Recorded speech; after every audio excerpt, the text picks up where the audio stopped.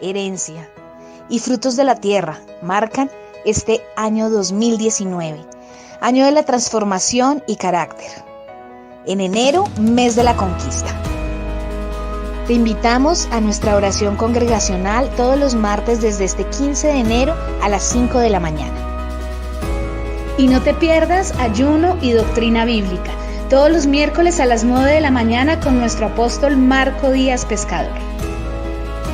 Ven y acompáñanos a las escuelas de liderazgo los jueves 17, 25 y 31 de enero a las 7 p.m.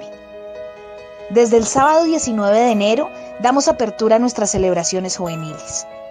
Entre la semana del lunes 21 al viernes 25 de enero damos inicio a Casas de Bendición. Y por favor no faltes en nuestras celebraciones dominicales todos los domingos a las 8 a.m. y 10:30 a.m. en la calle 45, número 2237. Iglesia Dios está formando un pueblo, año 2019. Año de la transformación y carácter. Vida, decláralo. Este será mi año, declara. Ahora, ¿por qué le digo esto? Porque ya vamos a ir a Éxodo. Le digo esto porque constantemente, o más bien cada año, siempre que finaliza y empieza un nuevo tiempo, tenemos la expectativa de algo grande, ¿cierto? Siempre que empieza enero, como que uno siempre tiene la expectativa como que algo bueno viene. Así me pasó a mí el año pasado, en el 2018, yo decía en enero, algo grande viene. Yo creo que este sí va a ser el año. Yo creo que esta sí va a ser la oportunidad de Dios. Yo creo que este va a ser el año en donde voy a conseguir esto o lo otro. Pero yo creo que eso no es solo de mí. Yo creo que cada persona que empieza un año siempre empieza con buena actitud, con expectativa. ¿Cuántos creen que el 2019 será un año de bendición? Amén. Pero si usted se da cuenta, a medida que va pasando el tiempo, como que los sueños y las metas que uno se propone a principio de año van quedando en el olvido. Algunas se cumplen, otras quedan en el proceso y muchas otras quedan en el olvido. Y llegamos a diciembre de ese año y decimos: vaya, me faltó esto, no conseguí esto, no logré esto. Y la pregunta que siempre me hago delante del Señor es: ¿de quién es la culpa de esas cosas? ¿Será que Dios miente? ¿Será que el pastor nos mintió? Porque obviamente cada pastor en su iglesia lo que va a declarar sobre el pueblo cada año es ¿qué? Bendición, avance, conquista. Y entonces siempre me pongo a pensar y empiezo a decir: ¿será que nos mintieron? ¿Será que Dios no nos dijo la verdad? ¿Por qué no pude lograr esto? ¿Por qué no pude alcanzar esto? Para mí el 2018 terminando fue un año de mucha evaluación, porque tenía expectativas, porque tenía cosas que alcanzar. Una de las expectativas, uno de los logros que yo quería alcanzar era que yo quería cerrar el año con 500 jóvenes en el ministerio para la iglesia. Y cerramos el año más o menos con unos 150 y unos muy flotantes. Entonces, cuando se cierra el año y uno empieza a hacer evaluaciones, uno empieza a decir: ¿qué faltó? ¿Dónde estuvo el error? ¿Qué fue lo que no hice para alcanzar la meta? Porque yo no creo que Dios mienta, creo que el problema estuvo en mí. Y estudiando la palabra en este tiempo, descubrí algo que quiero enseñarle muy rápido. El pastor ahorita nos va a enseñar acerca de los requisitos de la conquista, y yo quiero hablarle muy rápido, para los que les gusta tomar nota, de la mentalidad para la conquista. La mentalidad para la conquista. Y hay una radiografía del pueblo de Israel frente a esto. Éxodo, vamos a leer Éxodo capítulo 1. Vamos a leer desde el versículo 6 para ver el antes y el después de Israel, ¿no? Y dice la palabra del Señor, ¿lo tenemos? Éxodo capítulo 1, versículo 6. Dice la palabra del Señor: y murió José y todos sus hermanos y toda aquella generación, y los hijos de Israel fructificaron y se multiplicaron y fueron aumentados y fortalecidos en extremo, y se llenó de ellos la tierra. Versículo 8: entre tanto se levantó sobre Egipto un nuevo rey que no conocía a José, y dijo a su pueblo: he aquí el pueblo de los hijos de Israel es mayor y más fuerte que nosotros. Ahora pues, seamos sabios para con él, para que no se multiplique. Y acontezca que viniendo guerra, él también, hablando del pueblo, él también se una a nuestros enemigos y pelee contra nosotros y se vaya de la tierra. Versículo 11. Entonces pusieron sobre ellos comisarios de tributos que los molestasen con sus cargas, y edificaron para Faraón las ciudades de almacenaje, Pitón y Ramsés y Ramesés. Versículo 12. Pero cuanto más los oprimían, tanto más se multiplicaban y crecían, de manera que los egipcios temían a los hijos de Israel. Y los egipcios hicieron servir a los hijos de Israel con dureza. Versículo 14. Y amargaron su vida con dura servidumbre, en hacer barro y ladrillo, y en toda labor del campo, y en todo su servicio, al cual los obligaban con rigor. Y habló el rey de Egipto a las parteras de las hebreas, una de las cuales se llamaba Cifra y otra Fua, y les dijo: cuando asistáis a las hebreas en sus partos y veáis el sexo, si es hijo, matadlo, y si es hija, entonces viva. Hasta ahí. Miremos un poquito el contexto de Israel. Usted conoce la historia. Cuando termina el libro del Génesis, termina con la muerte de José, termina con la venida del pueblo de los 70, porque ahí dice que fueron 70 que salieron de la familia de José, que salieron de Canaán y llegaron ¿a dónde? A Egipto por mandato de José. Ellos terminan en Egipto y allí se les da una buena tierra, una tierra que es fructífera, una tierra que es buena por parte del faraón de ese tiempo. Allí crecieron por mucho tiempo. ¿Cuánto tiempo pasó? No lo sabemos, pero la Biblia sí nos deja ver que fue bastante tiempo, porque dice que murió José, murieron sus hermanos y murió también ¿qué? Toda la generación de José. A tal punto que el nuevo faraón que se levantó no conocía de José. Ahora, estamos hablando de que José salvó a Egipto. José salvó a Egipto. Probablemente habían registros egipcios hablando de un hebreo José que salvó a Egipto en algún momento de su historia. Así que no estamos hablando de un desconocido José, estamos hablando de alguien que fue importante en el pueblo de Egipto. Pero dice la Biblia que cuando llegó este nuevo faraón desconocía a José. Eso me deja ver algo en la Biblia, que había pasado mucho tiempo. Ya no se acordaban del hebreo que había salvado a Egipto, ya no se acordaban de ese hebreo, ni se acordaban de su familia. Pasa mucho tiempo en donde Israel goza de beneficios en Egipto. Ahora, no es el tema ahorita, pero si usted analiza la palabra, hay un error de José al traer al pueblo, a su familia, a Egipto. Hay un error desde ahí, porque cuando Dios llama a Abraham, lo saca de Ur de los Caldeos, le dice: Abraham, voy a darte una descendencia, voy a darte una familia enorme, voy a darte un pueblo, y la tierra que te voy a dar, sal, porque te voy a dar una tierra en donde es abundante, en donde van a cumplir el propósito de Dios. Esa tierra es Canaán. Usted va a ver todo el recorrido de Abraham, Isaac y Jacob. Usted va a ver que ellos recorren toda esa tierra hasta, de una u otra manera, llegar hasta Canaán. Ya están en Canaán. ¿Cuál es el problema de Canaán? Un tiempo de hambre. Entonces la mentalidad de José es retroceder, porque lo sacó de la tierra de donde era ¿qué? La promesa de Dios. Entonces José los saca de allá y los trae a Egipto. Claro, con una buena intención, sí, una buena intención: alimentar a su familia. Pero mire lo que pasa cuando uno no sigue la voz de Dios, sino es direccionado por la situación que lo rodea a uno.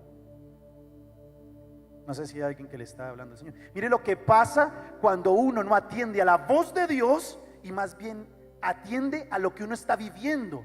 Israel estaba viviendo escasez, pero Dios, ¿qué les había dicho? En esta tierra vas a fructificar, en esta tierra vas a ser bendecido. José, con una buena intención, pero sin escuchar la voz de Dios, trae a su familia a Egipto. Les dan buena tierra, sí, la tierra de Gosén. Es una tierra amplia, espaciosa, lejos de la ciudad central que era Ramsés en su momento. Pero cuando se levanta este nuevo faraón, José queda en el olvido. La generación de Jacob queda en el olvido. Lo poco que sabe Israel es lo que les cuenta sus padres, ¿sí? Los padres oralmente les daban la tradición. Tenemos una promesa desde nuestro padre Abraham, desde nuestro padre Isaac, pero solamente se quedaban ¿qué? En promesas nada más. Ellos vivían en una buena tierra hasta que se levanta un hombre que empieza a hacer algo con el pueblo. Usted lo puede leer allí, ya lo leímos, pero yo quiero que vuelva a verlo desde el versículo 11. ¿Qué hizo este nuevo faraón? Primero, puso sobre ellos comisarios de tributos que les molestasen con sus cargas. Ojo con esto. Puso comisarios de ¿qué? De tributos. Pare ahí. ¿Qué es un comisario de tributo?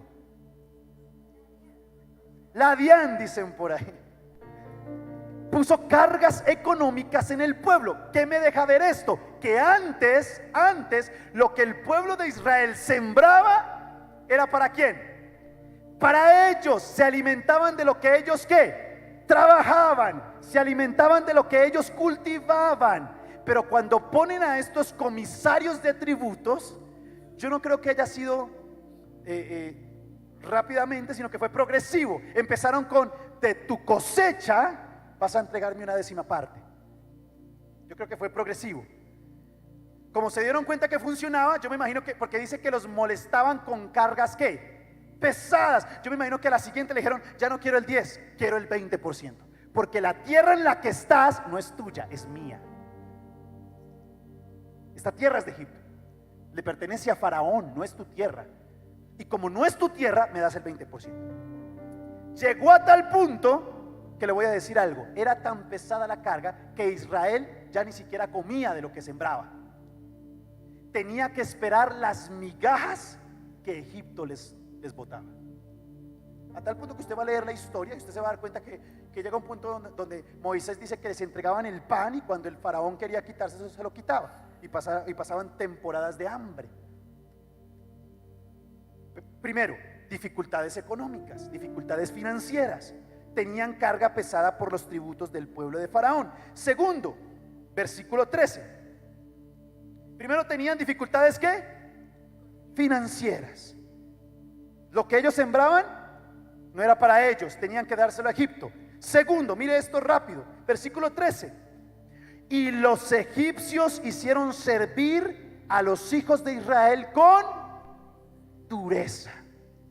Ahora, no solamente tenían que entregar lo que ellos sembraban, ahora fuera de eso tenían que servir a Egipto. Ahora, no era un servicio como el que hacemos en la iglesia, ¿no? Un servicio de amor, un servicio porque queremos, voluntario. No, era un servicio obligatorio. Y era un servicio con dureza. Los castigaban, los flagelaban, los obligaban, los oprimían. No era una opción para Israel ir a trabajar en la mañana, no era una opción. Tenían que hacerlo, porque ¿quién daba la orden? Faraón. Dureza. Dígame algo, ¿cómo está viendo aquí Israel? ¿Cansado? ¿Está cansado? ¿No tiene finanzas? ¿Está mal? ¿Está castigado? ¿Está flagelado? ¿Está oprimido? Porque ahí dice que cuanto más los oprimían, ¿qué hacían ellos?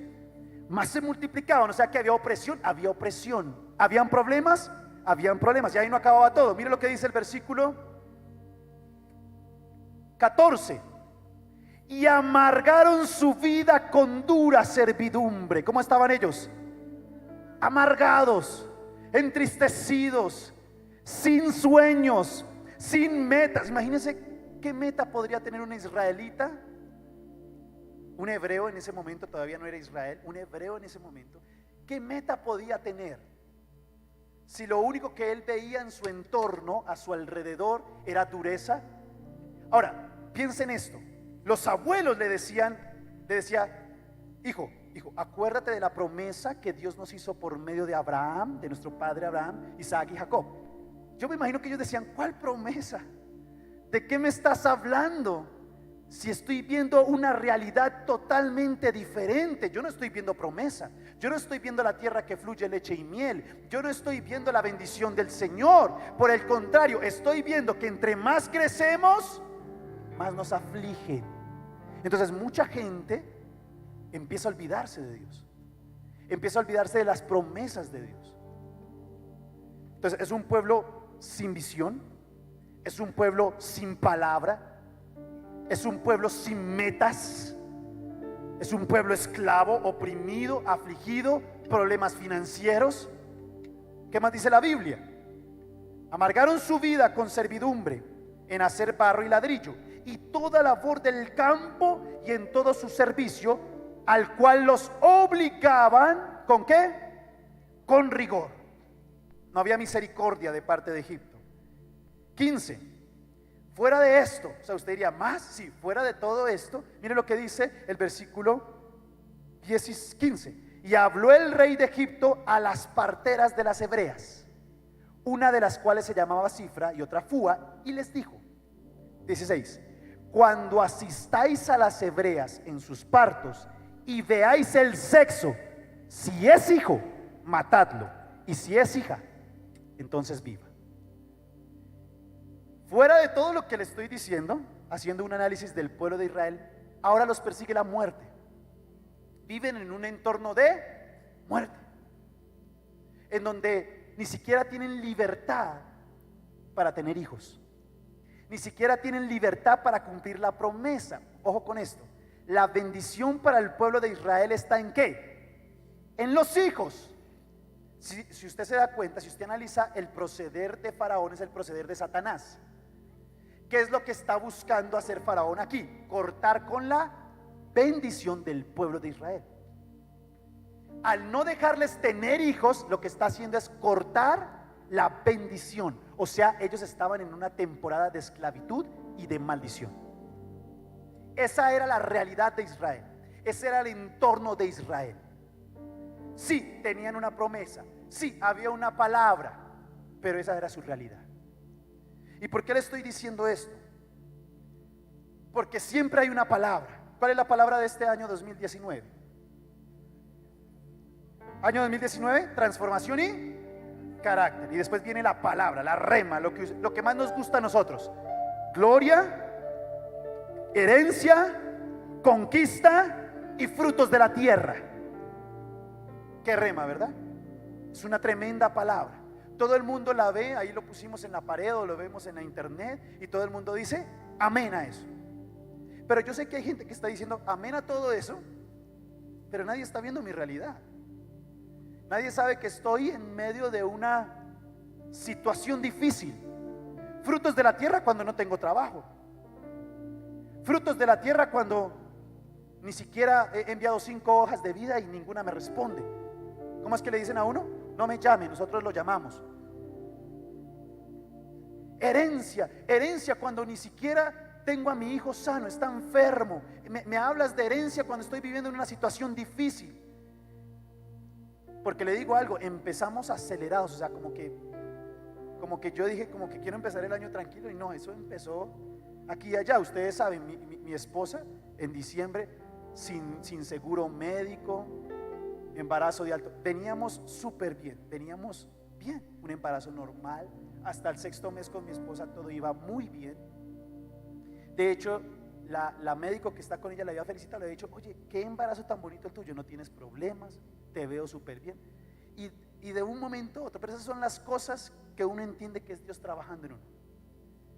Porque de un momento a otro empezó a sangrar, nos fuimos de urgencias al hospital y le dijeron, tú tienes un embarazo de alto riesgo. Y yo decía, pero hace 8 días atrás una médico la felicitaba por un buen embarazo. ¿Cómo es que 8 días después le dicen que tiene un embarazo de alto riesgo? Son cosas que uno no, o sea, fueron 8 días, no pasaron 3 meses, no, 8 días. Y fuera de eso, hace una semana atrás fue a su cita y le dijeron, no te podemos atender porque tú ya no estás con el seguro, con la EP. ¿Pero por qué? Si todo está bien, averiguamos, estamos pagando, todo debe ir bien. ¿Cómo así que no tiene seguro? No, aquí hay una petición de parte de otra EPS y nosotros te desvinculamos y la otra EPS no te quiere, o sea, la desvincularon de una y la otra no la quiere aceptar. Nos tocó pasar carta, nos tocó ir a la superintendencia de salud, nos tocó pasar reclamo, bueno, en fin.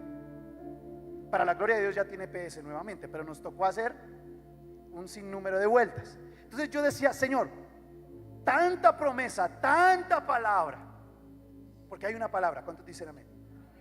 Hay una palabra, pero yo no lo estoy viendo. Y eso que estamos arrancando, apenas llevamos 18 días del año, no llevamos más. ¿Por qué no lo veo? Y eso es el cuestionamiento que me he hecho por mucho tiempo, porque no crean, no es el primer año que pasa. El año pasado también tenía expectativas, voy a hacer esto, voy a lograr esto, voy a hacer lo otro.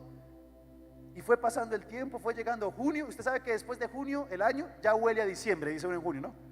De verdad, de junio para allá eso es una cosa. Y uno se pone a pensar y a decir, o hay un problema en la palabra o hay un problema en mí. Y sabiendo cómo funciona la palabra, sé que el problema no es la palabra, porque la palabra es la palabra. Por la palabra Dios creó todas las cosas. Por la palabra Jesús resucitaba muertos. O sea que el problema no es la palabra, el problema debo ser yo. Y así estaba Israel, con una palabra, con una promesa que Dios le había hecho a sus padres. Pero ¿qué estaban viendo ellos? Muerte, servidumbre, escasez, esclavitud, maldición. Y me parece más curioso, y aquí ya voy llevándolo hacia el requisito que pide Dios. ¿Qué mentalidad pide Dios? Porque la petición que Dios hace para liberarles es bien particular. Éxodo capítulo 5. Usted conoce la historia. Dios ve la aflicción del pueblo, ellos claman, Dios ve la aflicción de su pueblo y envía un salvador. ¿Cómo se llama ese salvador? Moisés. Moisés también crece en un ámbito difícil, en un ámbito donde por 40 años él creyó que su familia egipcia era su familia, después descubrió que no era su familia. O sea, todo lo que tenía, todo lo que era, su identidad se fue al piso cuando descubrió que no era egipcio, era hebreo. Entonces él también crece en un ámbito difícil. No solamente descubre que era adoptado, sino que fuera de eso comete un error, porque Moisés tuvo problemas de ira. Así que comete un error matando a un egipcio, y ahora no solamente descubre que es hebreo, sino que ahora le toca huir de lo que él llamaba su casa, su hogar, y sale hacia una tierra desconocida y pasa allí ¿cuántos años? 40 más. O sea, ¿cuántos años tiene Moisés cuando Dios lo llama? 80 años. Todo ese tiempo pasa, allí se casa, tiene sus 2 hijos, usted sabe la historia. Y a los 80 años se le aparece Dios. La pregunta es, claro, él le hace la pregunta, le dice, ¿cuál Dios? ¿Cómo te llamas? ¿No? ¿Por qué cree que le hace esa pregunta a Moisés? No lo conocía, pero fuera de eso, él conocía más de 300 dioses egipcios. Entonces él dijo, ¿cuál de los 300 eres? ¿Y qué le dice Dios?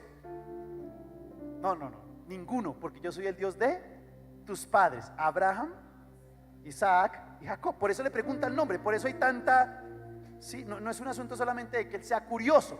Él le investiga hasta el nombre a Dios porque él tiene en su cabeza una confusión. Acuérdese que él tiene una confusión de identidad. Soy egipcio, soy hebreo, fui príncipe por un tiempo, ya no lo soy. Él tiene una confusión en su cabeza. Entonces, cuando se le presenta a Dios, lo primero que le dice es, ¿cuál Dios eres? O sea, ¿en quién debo creer? ¿Cómo te llamas? Usted ya sabe la historia, Dios lo comisiona allí. Moisés no se siente apto para eso, pero le dice, tranquilo, yo iré contigo. Yo soy el que soy, yo iré contigo. Ve a Faraón y dile que yo te envié, y dile que deje salir a mi pueblo. ¿Cómo estaba el pueblo? Oprimido. Ya usted sabe la situación del pueblo, ¿verdad? Ese pueblo, porque uno diría, Señor, ¿por qué no? Si ya están esclavizados, pues escoja a otro. ¿No le quedaba más fácil a Dios eso? O sea, ¿por qué llamar a un grupo de esclavos? No sabían de guerra, sabían mucho de agricultura porque probablemente cultivaban por muchos años, pero como llevaban una temporada de 400 añitos nomás de esclavitud, probablemente muchas de las cosas que hacían antes ya no las hacían. Ya no había alfareros, ya no había herreros, eran solamente ¿qué? Esclavos. Esa era su situación. Y Dios le dice, por esos esclavos quiero ir. Moisés ve por esos esclavos. Moisés va, y mire lo que pasa en el capítulo 5, para no alargar la historia. Capítulo 5, versículo 1. Usted ya sabe la historia. Moisés, por sus problemas que tiene de identidad y de habla, es enviado con su hermano Aarón para que Aarón hable por él. Entonces él va con Aarón a presencia de Faraón, y mire lo que dice el versículo 1. Jehová, el Dios de Israel. ¿Qué fue lo que le dijeron a Faraón? Jehová, el Dios de Israel, dice así: deja ir a mi pueblo a celebrarme fiesta. ¿En dónde? Mire, aquí es donde yo tengo que parar y decir, a ver, ¿no le parece que la Biblia a veces tiene como paradojas son como contradicciones que no son contradicciones, pero a uno le parecen así? A ver, estamos hablando de un grupo de esclavos que está afligido, que está atormentado, que está oprimido, que está cautivo, que está en maldición, que no tiene nada que ofrecer. Y lo primero que dice Dios es: dile a mi pueblo que salga a celebrar fiesta para mí. Por eso le digo, mi querido hermano, yo lo sentía apagado esta mañana. Yo hacía el esfuerzo, más esfuerzo, porque la garganta se me iba. Pero yo noto una iglesia, a ratos, no es siempre. Hay domingos donde yo noto que la iglesia, hoy sí celebró la iglesia, pero hay días como hoy que los noté. Mire, uno de los principios de victorias en la Biblia es la celebración. Está en la palabra, yo no le estoy diciendo algo, está ahí. David, antes de salir a toda guerra, primero celebraba a Dios. ¿Qué era lo primero que llevaba antes del arca? Las trompetas. ¿Y qué llevaba también detrás del arca? Los danzores. O sea, ¿por qué él hacía esto? Porque él sabía que la victoria no dependía de su capacidad de guerra, y eso que era David. Él sabía que la victoria era del Señor. La victoria no dependía de su ejército. Por eso, cuando David quiso hacer el censo, fue juzgado por Dios. No sé si usted ha entendido lo que es el censo, porque siempre me hice la pregunta: Señor, ¿por qué? ¿Qué tiene que ver un censo allí? O sea, yo no le veo problema a un censo. El problema con el censo es que un día David confiaba en Dios, al otro día confiaba más en su pueblo y en su ejército. Y cuando Dios vio que él estaba colocando su confianza más en las armas que tenía y en el número de pueblo que tenía, Dios dijo: te desenfocaste, porque no es por tu pueblo, es por mí. Entonces, mire lo que dice Dios: dile al pueblo que aunque esté oprimido, primero salga a celebrar. Ah, pero espere, salga a celebrar a la playa, porque allá la van a pasar lindo, porque allá... No, porque salgan a celebrar. ¿A dónde? Porque es que Dios los iba a meter aún, y les dice: salgan a celebrar. ¿En dónde? En un desierto. ¿Qué quiere decir eso? Aprende, mire, carácter. Este es el año del carácter. Le voy a definir carácter en una frase corta. Carácter es permanecer a pesar de la situación. Mire, cuando yo sé que hay una persona de carácter, cuando permanece alegre, firme, paciente y con gozo a pesar de lo que esté viviendo. Ahí uno dice que esa persona tiene carácter. Este es el año del carácter. ¿Cuántos dicen amén? Y Dios le voy a decir algo, Dios va a decir: celebra aunque no tengas, cree aunque no veas. El pastor Marco me impactó el domingo, porque él dijo: algunos pastores han dicho que este es el año de la fe. Yo no sabía eso, y yo voy a empezar una serie con los jóvenes que es de la fe. Yo sin saberlo, yo empecé, porque yo le decía a los muchachos cuando nos reunimos: chicos, ¿de qué hablamos? Y ellos me dijeron: yo creo que nos falta fe. Y cuando el pastor dice eso, yo sentí que Dios me da, ese es el tema. ¿Y qué es fe? Señor, pero no lo estoy viendo. Señor, pero no tengo. De eso se trata. Que celebres, que te goces, que vayas adelante, que trabajes aunque no veas. De eso se trata. Amén. Carácter, diga conmigo: carácter. Diga: en este año Dios me va a formar en carácter. Mire lo segundo que le pide el Señor a Israel. Versículo 2. Faraón respondió: ¿quién es Jehová para que yo oiga su voz y deje ir a Israel? Yo no conozco a Jehová, ni tampoco dejaré ir a Israel. Versículo 3. Y ellos dijeron: el Dios de los hebreos nos ha encontrado. Iremos pues ahora camino de 3 días. ¿Por dónde? Por el desierto, y ofreceremos ¿qué? A ver, ¿era un pueblo que tenía algo que ofrecer? ¿Porque era qué? Siempre me hice la pregunta, ¿qué iban a ofrecer si ni ovejas tenían? No creo que ellos tuvieran ovejas. ¿Quiénes eran los dueños de las ovejas? Claro, nosotros ya sabemos, después del milagro que hace Dios, que no solamente salen con sus familias, sino que salen con ¿qué? Pero hasta ahí no sabíamos el milagro. Ya ellos salen con joyas, con los ganados, pero hasta aquí, hasta este punto, no tenían nada. ¿Tenían algo que ofrecer? No. ¿Tenían algo con qué sacrificar? No. Pero miren lo que les dice Dios: cuando vayan por el desierto, lo primero que tienen que hacer es ofrecerme sacrificios. No sé si hay alguien que está entendiendo lo que le estoy hablando. ¿Hay una palabra? Sí, hay una palabra. ¿Hay una promesa de Dios? Sí, hay una promesa de Dios. Pero sin sacrificio, hijo, nunca verás la promesa cumplida. No sé si hay alguien que se lo estoy diciendo no porque yo ya haya ganado la batalla, se lo estoy diciendo porque estoy tratando de entenderlo y estoy tratando de hacerlo.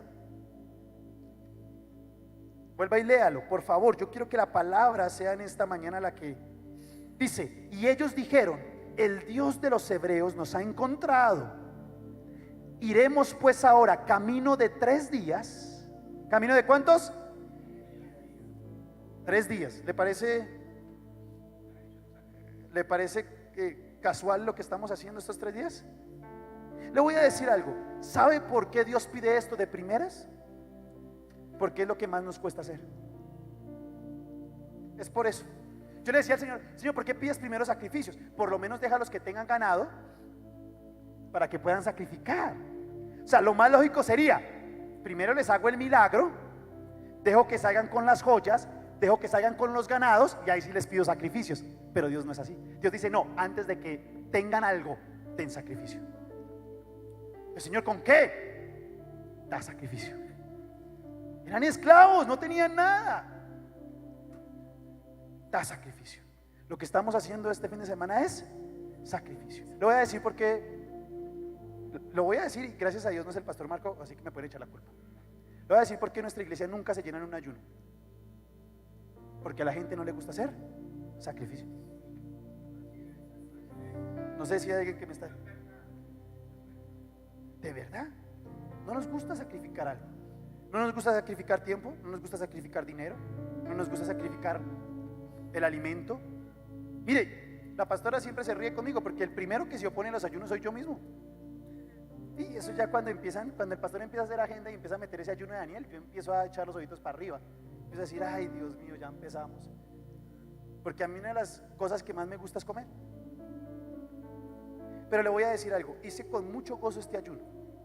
Le voy a decir, no con el gozo de que lo acepté y dije: ay, qué maravilla. No, fue como Israel en el desierto. O sea, forzado, ahí sí como obligado.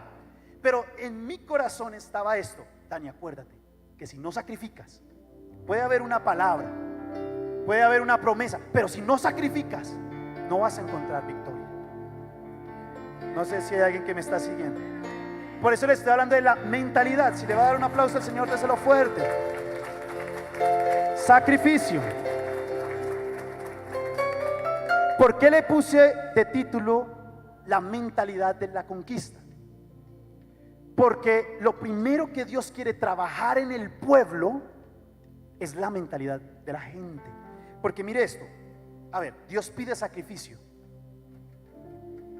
Le hago la pregunta: cuando Dios pide sacrificio, ¿es porque Él necesita algo? Mire esto, mire el análisis que hice. ¿Dios necesita algo de tu sacrificio? O sea, él lo pide porque él es escaso de algo, necesita algo. No. Entonces uno dice, entonces ¿por qué tanta cosa de Dios de pedir sacrificio? Sacrifica, sacrifica, porque usted va a ver que Israel no fue el único. Si usted ve a Abraham, si usted ve a Isaac, era un pueblo que estaba enseñado ¿a qué? Al sacrificio. Estaban acostumbrados a eso. Ahora la pregunta es esta: si Dios no necesita, porque no tiene necesidad de eso, ¿por qué me pide sacrificar tanto? Porque no es por Él, es por mí. Es porque Él quiere que yo cambie la mentalidad. Él no podía llevar a un pueblo de esclavos a la tierra que fluye leche y miel con esa mentalidad. ¿Usted se imagina si Él hubiera metido a 3 millones de esclavos en una tierra próspera? ¿Usted se imagina eso? Por eso le voy a decir algo. Por eso el pueblo que salió de Egipto nunca entró en la tierra. No porque Dios haya faltado a la promesa, es porque ese pueblo nunca ¿qué? Nunca cambió la mentalidad, jamás la cambió, a tal punto que usted va a leer en la Biblia que muchas veces quisieron devolverse. Pero a ver, Dios te está diciendo que hay una tierra mejor que Gosén, mucho mejor, 3 veces mejor. ¿Por qué no quieres ir allá? Era un asunto de ¿qué? Ahora, si usted lee, no lo voy a poner a leer porque tengo que ir acabando, pero si usted lee, lo que ellos decían no tenía lógica. La tierra de Dios fluía leche y miel, y ellos se querían devolver por ajos, porque eso es lo que le dicen. Por lo menos en Egipto habían ajos. Pregunta, ¿a quién le gusta el ajo? Pues en el arrocito ahí mezcladito como que uno no lo nota, ¿verdad? Pero ¿a quién le gusta comer diente de ajo? Que usted diga, no, es que es mi comida favorita, comer diente de ajo.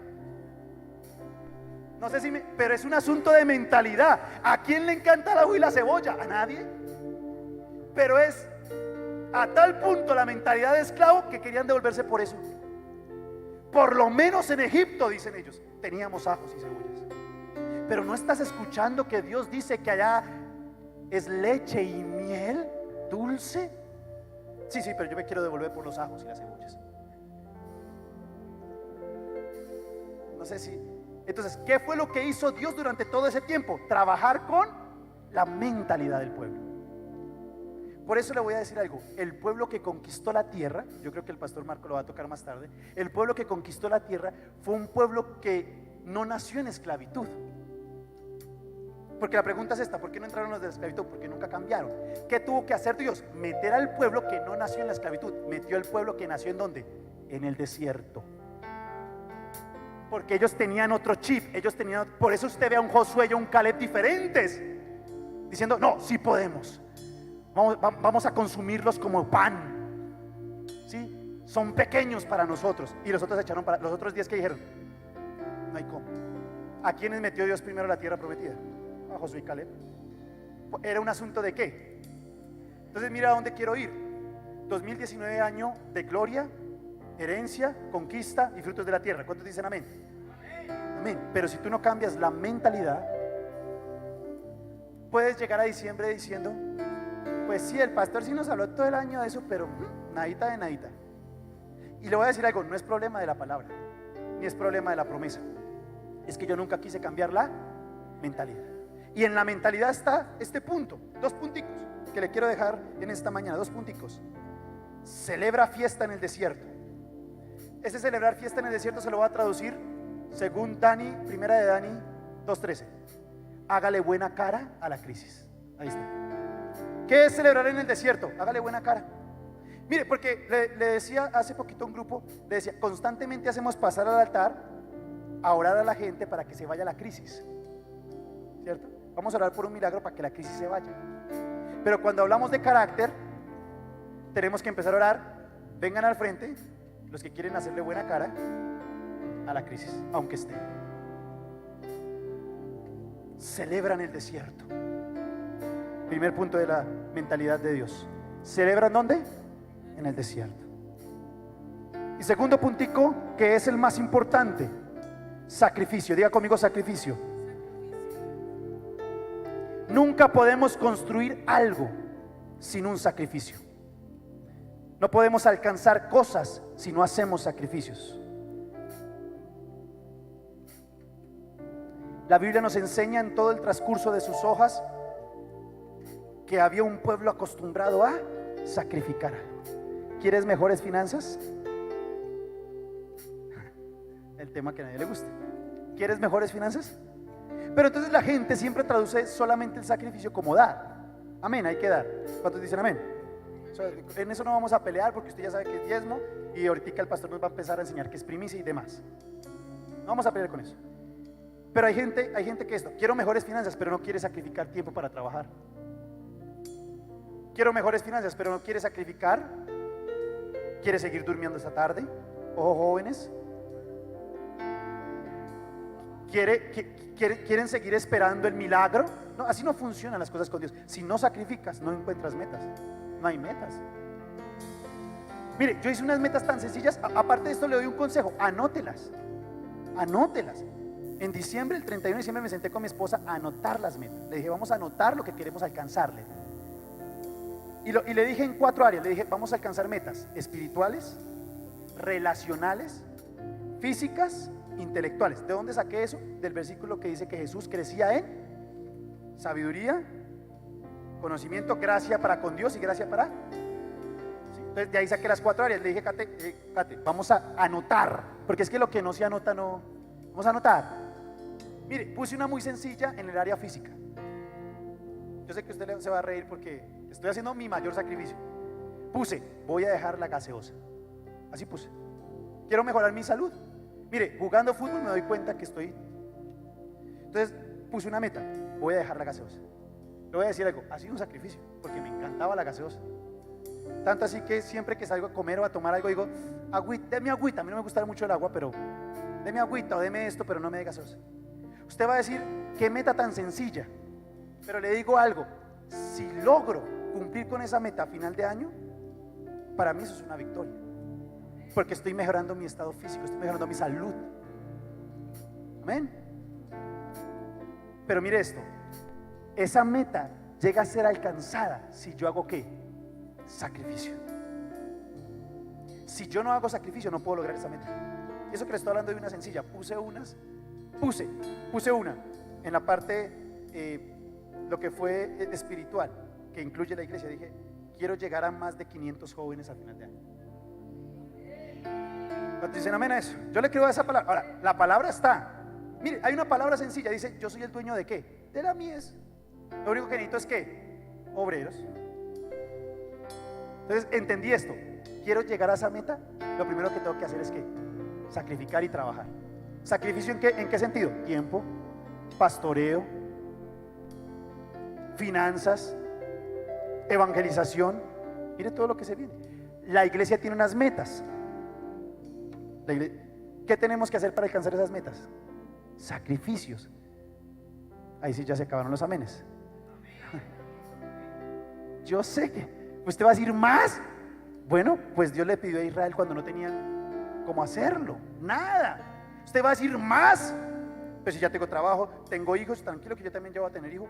Tengo trabajo, tengo hijos, tengo casa, tengo esto, tengo lo otro. ¿Cómo es posible que ahora me pidas más? Bueno, de eso se trata. Sacrificio. Dígale que tiene a su lado, sacrificio. Es lo que Dios nos pide. Termino con esto para que oremos.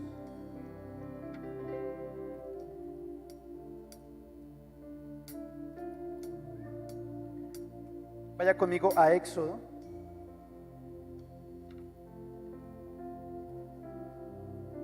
Capítulo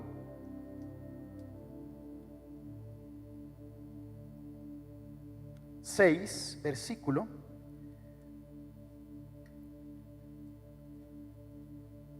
Vamos a leer desde el 2 y oramos. Dice la palabra del Señor: habló todavía Dios a Moisés y le dijo: yo soy Jehová, y aparecí a Abraham, a Isaac y a Jacob como Dios omnipotente, mas en mi nombre Jehová no me di a conocer a ellos. También establecí que mi pacto con ellos de darles la tierra ya conmigo, hay un pacto sobre mi vida. ¿Cuál fue el pacto? Que les daría la tierra la tierra en que fueron, en la cual, nota que sí hubo un error del señor José. porque ya habían ¿qué? Habitado en Canaán. Versículo 5. Asimismo yo he oído ¿el qué? El gemido de los hijos de Israel, a quienes hacen servir los egipcios, y me he acordado de mi pacto. ¿Cuándo se acordó Dios de su pacto? Cuando el pueblo gimió. Cuando el pueblo gimió. Mire cuál es el primer sacrificio que Dios nos pide, el Señor. Lo que estamos haciendo aquí. Pero es que yo quiero que ahorita cuando oremos, yo no quiero que lo hagamos mecánicamente. Ese es el asunto que nos pasa muy a menudo, ¿no? Entonces viene el paso A, el paso B, ¿sí? Viene la intercesión, ya sabemos que es familia, ya sabemos que es Colombia, ya sabemos que es la iglesia, y todo es como muy mecánico. Pero el primer sacrificio que pide el Señor es: cuando gimas, cuando clames, hazlo de todo corazón. Mentalidad, cambio de mentalidad. No lo hagas rutinario. Mire, le voy a decir algo. Yo sé que ahorita cuando estábamos orando, muchos estábamos en el patio orando. No estábamos en el lugar santísimo. ¿Estábamos dónde? En el patio orando. Tomamos esto como... De hecho, la gente, mire, si la gente conociera la palabra, este lugar no cabría una sola persona, porque sabría que la victoria de todo el año está condicionada por lo que hacemos en este lugar. Pero como la gente no lo ve así, pues la gente dice: pues que no vaya hoy no va a ser un problema. Eso es lo que piensa la gente. Pero lo primero que dice el Señor es: cuando hagas el sacrificio de gemir, de orar, de clamar, de todo. ¿Usted cree que Colombia necesita de nuestro clamor? Usted sabe que hace más de yo no sé cuántos años no había un carro bomba en Bogotá. No lo había. Que volvamos a ese pasado es algo terrible. Yo no lo viví porque yo era muy bebé todavía, pero mis abuelos sí me contaban cuando habían carros bomba en cada esquina. Y le voy a decir que eso no se va a imponer sobre Colombia, porque yo creo que en este tiempo hay una iglesia que sabe orar. Amén. Yo no sé qué había pasado en esos años, pero yo lo único que sé es que en este tiempo si hay una iglesia despierta, hay una iglesia avivada, hay una iglesia que sabe clamar, hay una iglesia que sabe orar. ¿Cuántos dicen amén? Por eso le digo algo: cuando lo hagamos, no lo hagamos por hacerlo, no lo hagamos porque pase el tiempo, hagámoslo como un gemido: Señor, o nos escuchas o nos hacemos escuchar. La palabra es la palabra. Ayer el pastor nos lo: si se humillare mi pueblo. ¿Usted cree que esa palabra miente? ¿Usted cree que esa palabra solamente está ahí porque es bonita, porque suena bien? No. Él dice: si se humilla mi pueblo, sobre el cual mi nombre es invocado, y oraren. ¿Usted cree que eso está ahí porque sí? Si Él dice: si oran, si se humillan y buscan mi rostro, yo oiré. Él lo afirma. Él es el Señor. ¿Usted por qué cree que aquí dice yo Jehová? ¿Qué está haciendo ahí el Señor cuando dice yo Jehová? Está poniendo su sello, está poniendo su firma. Es que yo lo dije, y como yo lo dije, yo lo voy a ¿qué? A cumplir. Entonces, si tenemos esa palabra que ayer el pastor nos dio, hagámoslo, pero hagámoslo de corazón. Señor, hoy me voy a humillar, hoy voy a orar. No importa si somos 100 o 500 o 1000 o 3, no importa. Lo que voy a hacer es que por mi clamor algo tiene que pasar, algo, un milagro tiene que suceder. ¿Cuántos dicen amén? Mentalidad. Y termino. Versículo 6. Por tanto dirás a los hijos de Israel: yo soy Jehová, y yo os sacaré de debajo de las tareas pesadas de Egipto. ¿Cuántos dicen amén? Y os libraré de su servidumbre, y os redimiré con brazo extendido y con juicios grandes. Versículo 7. Y os tomaré por mi pueblo, y seré vuestro Dios, y vosotros sabréis que yo soy Jehová vuestro Dios, que os saco de debajo de las tareas pesadas. ¿De dónde? De Egipto. Y os meteré en la tierra por la cual alcé mi mano jurando que la daría a Abraham, a Isaac y a Jacob, y yo os la daré por heredad. Yo, Jehová. ¿Cuántos aplauden a Dios por esa promesa? Amén. Apláudele al Rey. Note esto, pero esta promesa está en el capítulo 6. ¿Qué les había pedido en el capítulo 5? porque le acabé de dar una promesa, usted se emocionó, usted dijo amén. Habían unos que casi se paran en la silla, amén por eso, amén, amén, gloria a Dios. Hay una promesa, Dios nos va a sacar de Egipto y nos va a poner en la tierra donde fluye leche y miel, amén. Pero ¿qué les dijo en el 5?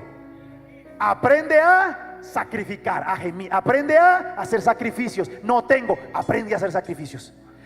Pero no, sal de la mentalidad de esclavitud. Es que el problema es que el enemigo, mire, el enemigo trabaja de esta manera, convenciendo al pueblo que sigue siendo esclavo. Esa es la manera en que Satanás trabaja. Te tengo convencido de que sigues en esclavitud. Te tengo convencido que si das el diezmo no te va a alcanzar. Te tengo convencido de eso. Te tengo convencido que con el 90% no te alcanza. Y nos tiene tan convencidos de eso que no diezmamos por eso. Mentalidad de esclavitud. Nos tiene tan convencidos de que la oración no tiene resultado que por eso la gente no ora. Nos tiene tan convencidos de que venir a este lugar es perder el tiempo que por eso la gente no viene. ¿Mentalidad de qué? De esclavitud. Pero hoy quiero decirte algo de parte del Señor. El Señor dijo: si sacrificas algo por mí, te introduciré a la tierra de tu heredad, a la tierra de tu conquista, a la tierra de tu herencia, a la tierra de los frutos de la tierra, a la tierra donde verás mi gloria. Pero tienes que sacrificar. Tienes que sacrificar tiempo. Tienes que sacrificar pastoreo, líderes. Hay que dar la vida por las ovejas. Son difíciles, sí, pero esa es nuestra labor. Hay que sacrificar. ¿Cuántos dicen amén? Amén. Y en esta mañana yo quiero que oremos antes de adorar un poco al Señor y que el pastor ya nos dé los requisitos de la conquista. Yo solamente hablé de algo que Dios pidió a Israel, puso en mi corazón, y es de sacrificar. ¿Sabe? El ministro Pedro, no sé si se acuerda, estábamos el año pasado, salimos afuera de Bogotá, estábamos haciendo la planeación del año, y hubo un momento en donde llevaba mucho tiempo sin hacerlo. Lo voy a decir que ahí sí me puedo confesar con ustedes, menos mal son poquitos. Llevaba mucho tiempo sin entrar en la presencia de Dios, como entré ese día, sin llorar, estábamos orando los ministros.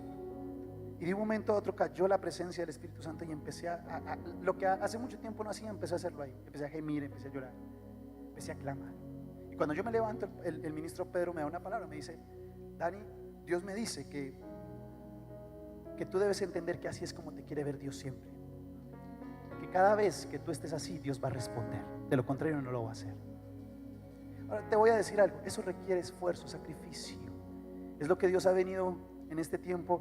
¿Quieres ver cosas gloriosas? Sacrificio. ¿Quieres ver cosas mayores? Sacrifica. ¿Quieres ver cosas grandes? Haz el mayor esfuerzo que tengas. ¿Quieres verlo? ¿O quieres que el año sea como aguas que pasaron, en donde una palabra más no pasó nada, una promesa más que no se cumplió, un año más que se fue sin ver nada, sin ver crecimiento, sin ver mejores finanzas, sin ver a mi familia convertida? No. Que este 2019 sea el año donde te determines a decir: Señor, voy a sacrificar a tal punto que tú tengas que escucharme. ¿Cuántos dicen amén? Póngase sobre sus pies entonces.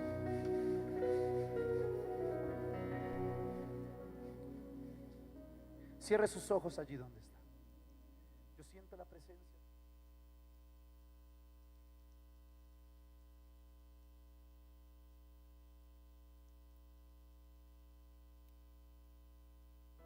Gloria, conquista, herencia y frutos de la tierra marcan este año 2019, año de la transformación y carácter.